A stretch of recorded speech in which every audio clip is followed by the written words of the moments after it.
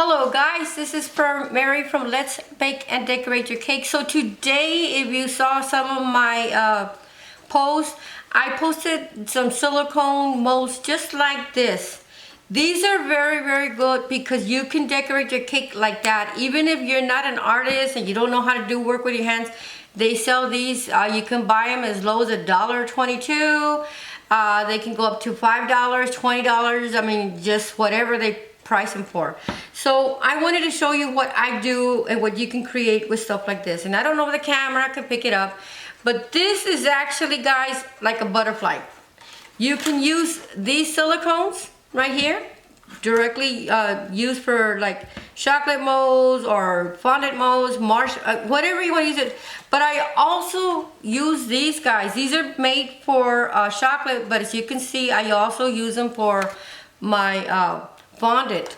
And I make mine homemade. There's different ways of making it. You can make it straight up from gelatin packages, or some like myself that loves to use them with just out of marshmallows and powdered sugar.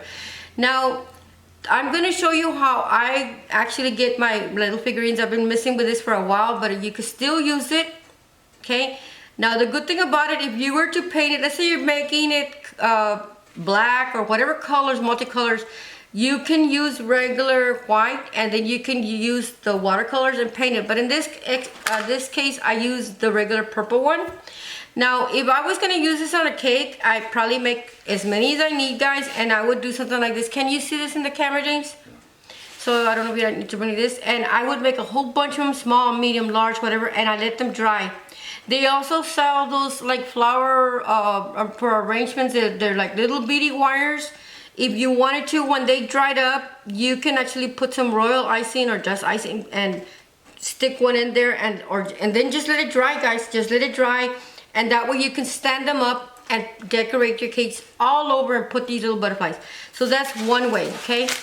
Another way, again, as you can see this mold right here, this is actually to create the little dolls. You could probably remember a few days ago I decorated a little doll figurine. Give me that doll over there so I can show them, babe. It's right there.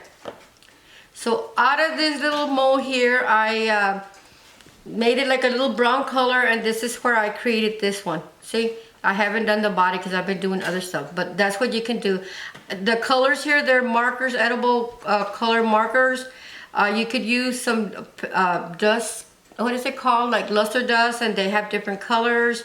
This one was actually painted with food coloring, but you can design it any way, guys, that you want to. So I'm gonna put this aside. And also with this big one here, this is for a baby. So if you're doing like a baby shower, you can create something like this. I don't know, hopefully the camera can pick it up. It has all the details, guys. It's got the ears, the little behind, the arch of the back, it's got the ears, everything. And it's just a matter of you put it in here. So I'm gonna kind of demonstrate on how I use this, because people all around the world will tell you different ways. For example, some people like to put cornstarch in here, and then they mix it around like this, and then they put this in there, and supposedly it comes out. I've tried it. I don't get the best results. So what I do, my little secret is I get a little thing like this of Crisco oil, guys, and very lightly I put it in my fingers and I wipe it all like this. I'm gonna put it just a little bit, especially around the little grooves, like where the mouth and the fingers are gonna go, maybe the feet. And you get your fondant, or if you want to buy a store-bought, that's okay too.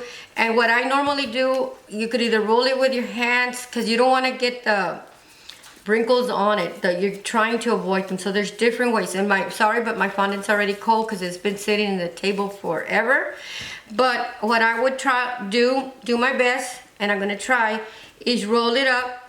I know I'm not gonna get the best results on this one, and that's okay, because I'm just showing you how I would do it. So here's my little mold. You can still see it, right, baby? And I would just put my fondant inside and I start pressing it in. Now, I don't know if this is enough fondant on there. If I need to, I'll put a little bit more fondant, maybe a little bit more. Again, I'm sorry, but my fondant is very cold.